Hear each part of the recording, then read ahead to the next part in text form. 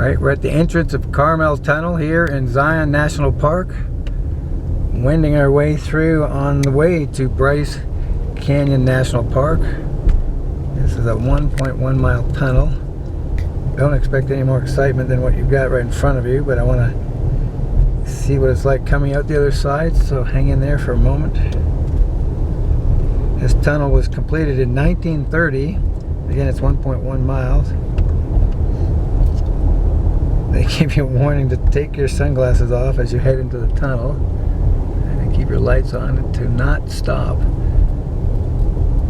3 things you would think the average person need not be told. There's a little side view.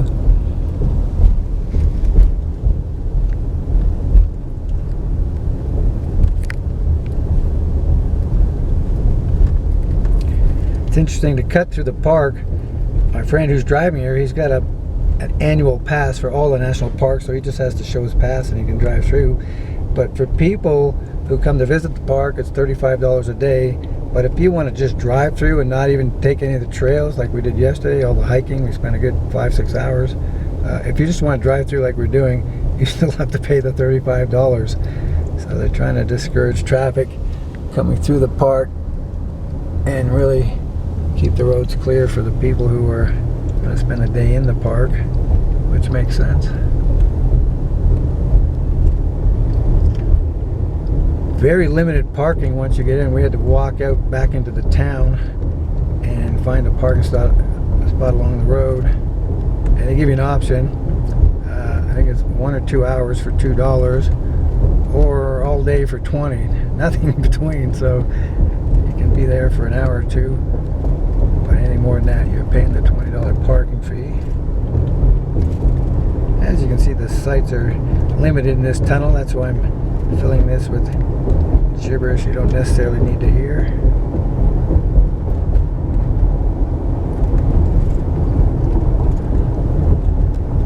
This is the longest 1.1 miles.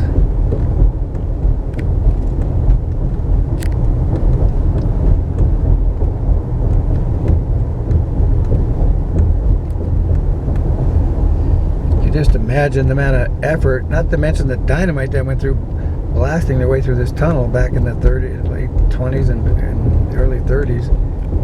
It's a hell of an accomplishment back in that era.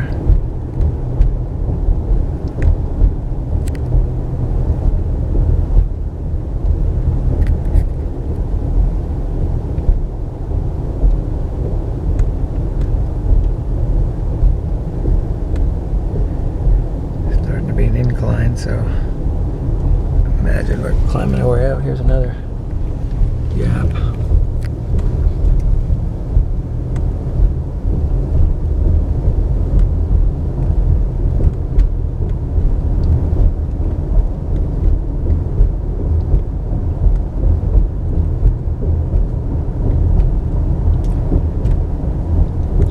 Talking earlier about the various topography and weather patterns throughout the state of Utah.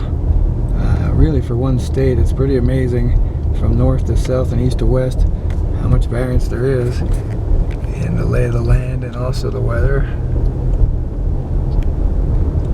And we're now approaching the exit of the tunnel back into Zion National Park.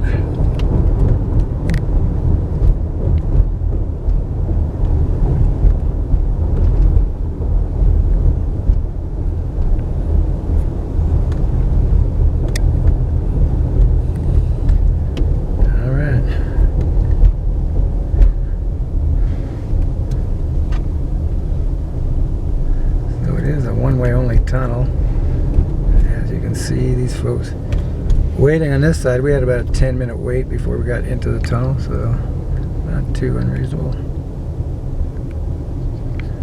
And that's it for Carmel Tunnel, Zion National Park, September 2022.